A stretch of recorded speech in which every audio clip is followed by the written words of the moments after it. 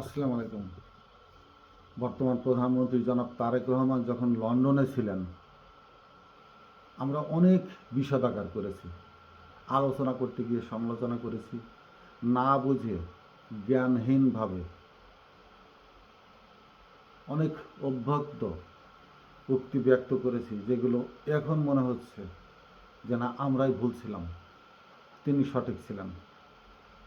আমরা বারবার বলছিলাম, দীর্ঘদিন তিনি লন্ডনে, তিনি মেয়েকে উচ্চশিক্ষায় শিক্ষিত করেছেন, অনেক অবসর সময় পেয়েছেন, সুস্থ হওয়ার পরেও তিনি ডক্টরেট করতে পারতেন, তিনি উচ্চশিক্ষার একটি সার্টিফিকেট লন্ডন থেকে ম্যানেজ করতে পারতেন।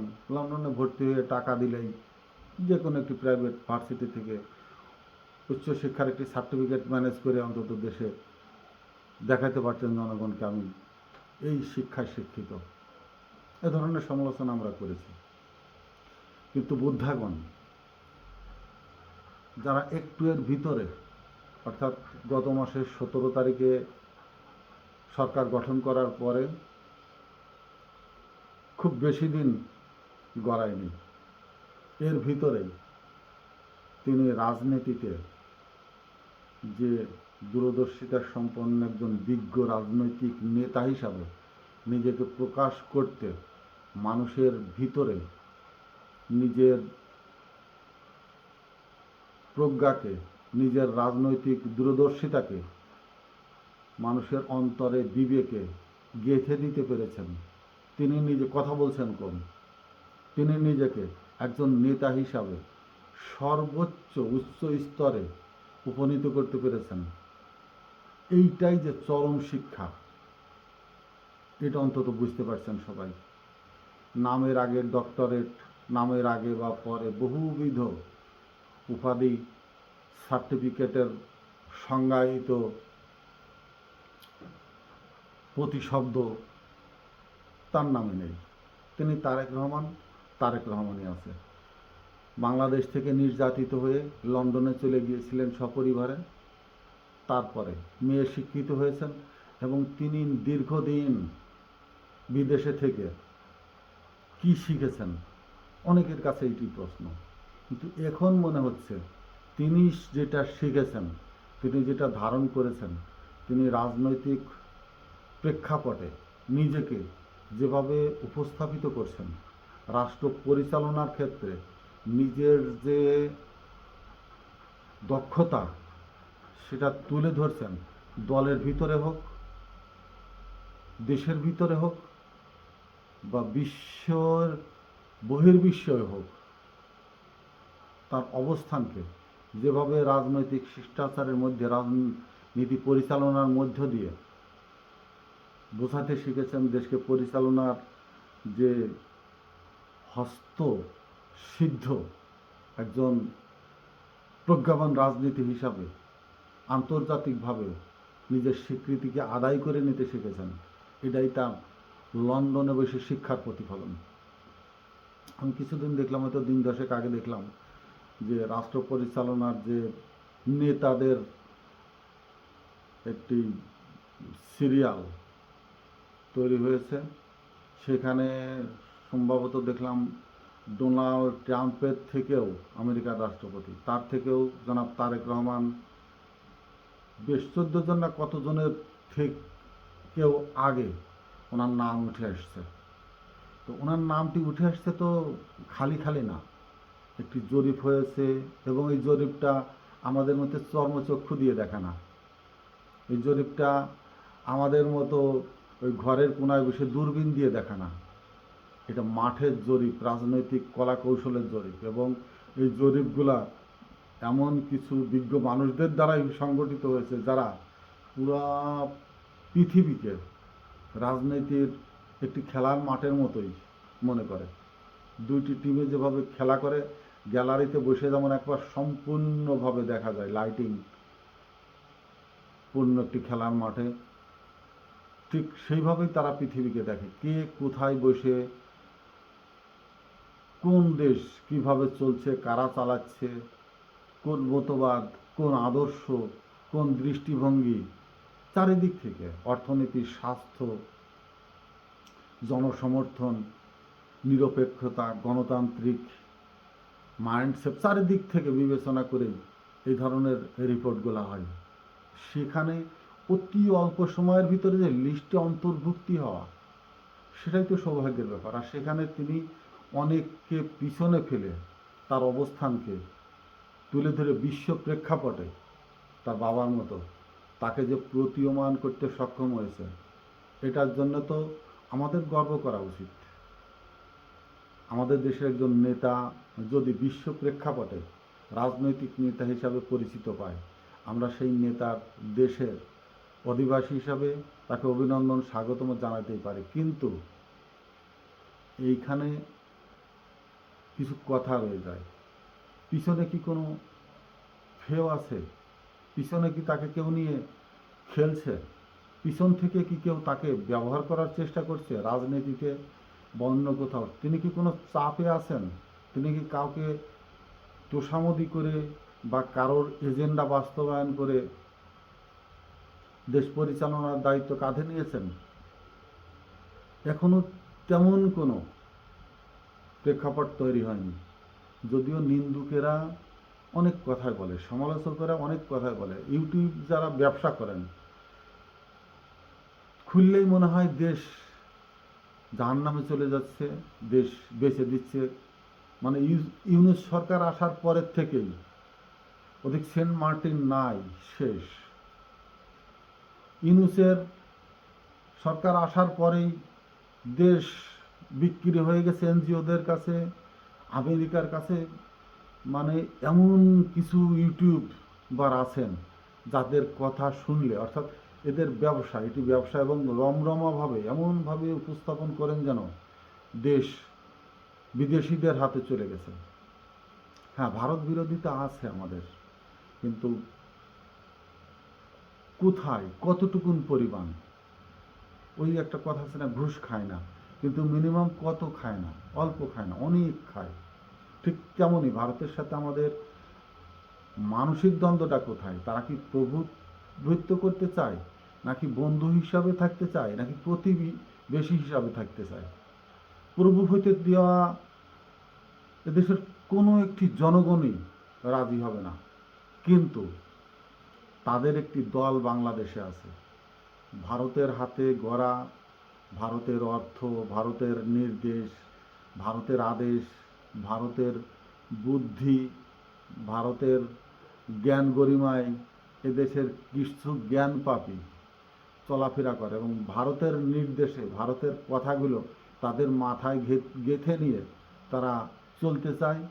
ভারত তাদেরকে যখন উঁচু করে তারা তখন উঁচু, ভারত যখন তাদেরকে নিচু করে তখন তারা নিচু।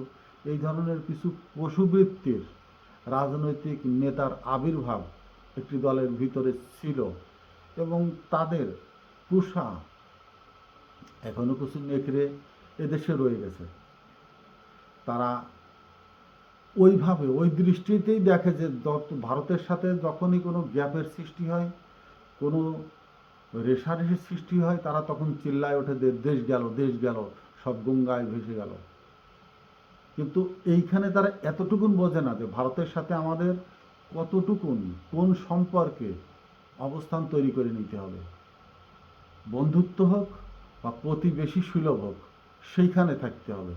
ভারতকেও বুঝতে হবে পারস্পরিক সম্মানের ভিত্তিতে নিজেদের অবস্থান তৈরি করে নিয়েই আমাদের প্রতিবেশী রাষ্ট্রকে মেনে নিতে হবে। তাদেরকেও বুঝতে হবে তারা আমাদের প্রতিবেশী রাষ্ট্র, প্রভু নয়।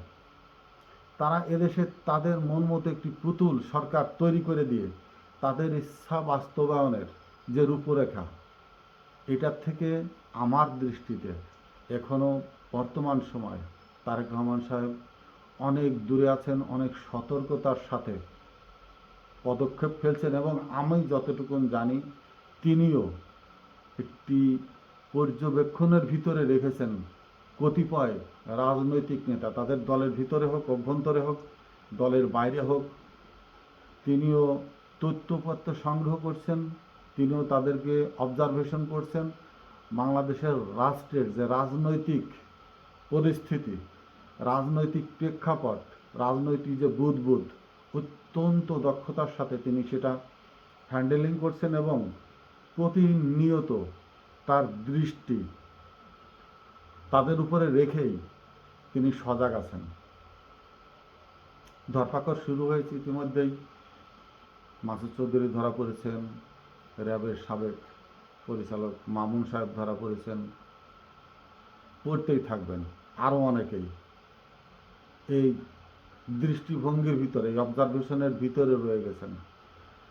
এটা তো সামরিক বাহিনীর ভিতরে রয়ে গেছেন, যারা শেখ হাসিনাকে দাম্ভিক করে তুলেছিলেন, অহংকারী করে তুলেছিলেন, স্বৈরা শাসক হতে সহায়তা করেছিলেন, নিজেদের ক্ষমতাকে অত্যন্ত শক্তিশালী করে নিজেদের দাম্ভিকতার চূড়ান্ত পর্যায়ে নিতেই সিভিল সরকারকে অতটা পাওয়ারফুল করে তুলেছিলেন। অর্থাৎ শেখ হাসিনা নিজে তো বন্দুক কাঁধে নেননি, শেখ হাসিনা নিজে তো মাঠে গিয়ে বিরোধী দলকে পায়ে ধরেননি, গলা চিপে ধরেননি, কিন্তু তার এই যে হাতগুলো, এই যে পাগুলো, এদেশে এখনও রয়ে গেছে তার হাত পা, সেই হাত পাগুলোকে এখন কেটে ফেলা হবে, ধরে ফেলা হবে, এবং এই হাত পাগুলোকে আস্তে আস্তে বাংলাদেশের রাজনীতি থেকে অবশ করে দেওয়া হবে। সামরিক বাহিনী হোক, পুলিশ হোক, অন্যান্য যে কোনো বাহিনী থেকে শুরু করে একেবারে রাজনৈতিক নেতা হোক, যারাই এই ঊর্ধ্বগামী সম্পদশালী, ঊর্ধ্বগামী নিজের ক্ষমতা, ঊর্ধ্বগামী মানুষের উপর নির্যাতনের যে ভয়াবহ চরম সীমাহীনভাবে মানুষকে অবজ্ঞা করেছে, দেশের মানুষকে কৃতদাসের মতো, গোলামের মতো করে রাখার অভিপ্রায় নিয়ে নিজেদের যে প্রাচুর্যের মতো সম্রাট বানিয়েছিলেন এদেশে, এক একজন 12 ভূঁইয়াদের মতো অঞ্চল ভিত্তিক, দল ভিত্তিক, সংস্থা ভিত্তিক নেতা হয়ে গিয়েছিলেন, সেই সব নেতাদেরকে এখন আস্তে আস্তে আনকনসাস করে তোলা হবে এদেশের মাটিতেই। ঝিমিয়ে পড়বে, নেতিয়ে পড়বে, খণ্ড বিখণ্ড, চূর্ণ বিচূর্ণ হয়ে খান খান হয়ে যাবে সেসব বন্ধন, সেসব শক্তিশালী আস্ফালন, সেসব শক্তিশালী রেজিম, সেই সব শক্তিশালী পিলার, যারা এদেশকে এমনভাবে নিজেদেরকে প্রতিষ্ঠিত করেছিলেন যেন একটি স্বর উচ্চারিত হলে হাজার হাজার শিয়াল কুকুর ঘেউ ঘেউ করে ওঠে, সেই সব শিয়াল কুকুরদেরকে কিভাবে নিবৃত্ত করতে হয়, জনাব তারেক রহমান সেদিকে পদক্ষেপ ফেলছেন। আসছে ভবিষ্যতে আরও ভয়াবহ আগুনের লেলিহান শিখা তাদের জন্য, যারা এখনও রাজনীতি নিয়ে ষড়যন্ত্রে লিপ্ত, যারা এখনও বাংলাদেশ জাতীয়তাবাদের বিরুদ্ধে ষড়যন্ত্রে লিপ্ত, যারা এখনও দেশপ্রেমের বিরুদ্ধে লিপ্ত, যারা এখনও দেশের মানচিত্রকে পদদলিত করে অন্য একটি দলের শৃঙ্খলিত শিকলকে নিজের দেহের সাথে বেঁধে পরাধীন করতে ব্যস্ত। সংগ্রহ করা হচ্ছে, খুঁটিয়ে খুঁটিয়ে তাদেরকে দর্পণের সামনে নিয়ে আসা হচ্ছে।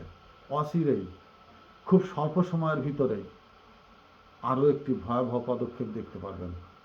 এর পরের ভিডিওতে যদি সম্ভব হয় আমি আপনাদেরকে জানাবো, না হলে জেনে রাখবার চেষ্টা করুন। যারা ভিতরে ভিতরে কুরকুর করছেন, শব্দ করবার চেষ্টা করছেন, তাদের জন্য অশনি সংকেত। আপনার পিছনে দাঁড়ানোই বাংলাদেশ গোয়েন্দার লোক, আপনার ঘরের দেওয়ালের পিছনেই বাংলাদেশের গোয়েন্দার ক্যামেরা, আপনার ঘরের পিছনেই বাংলাদেশ জাতীয়তাবাদী শক্তির একবার সিসি ক্যামেরা লাগানো আছে। আপনি কোথায় কী করছেন, কোথায় ঘুরছেন ফিরছেন, কাদের সাথে মিশছেন, আপনি দলের ভিতরে থেকেও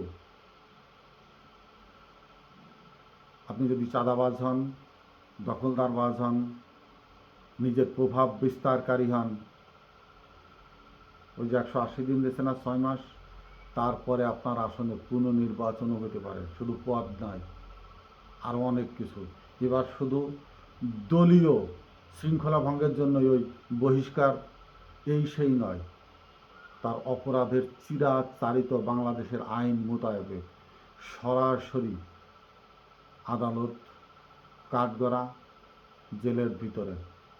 অতএব তারেক রহমান এই নিবিড় পর্যবেক্ষণে থাকা, তার নিজস্ব নীরবতা, নিবিড় চলাফেরা, তার নিজেই চলো যুদ্ধে যাই বলা, এগুলো অত্যন্ত ঢিলে ঢালা, অবজ্ঞা করবার কোনো সুযোগ নেই।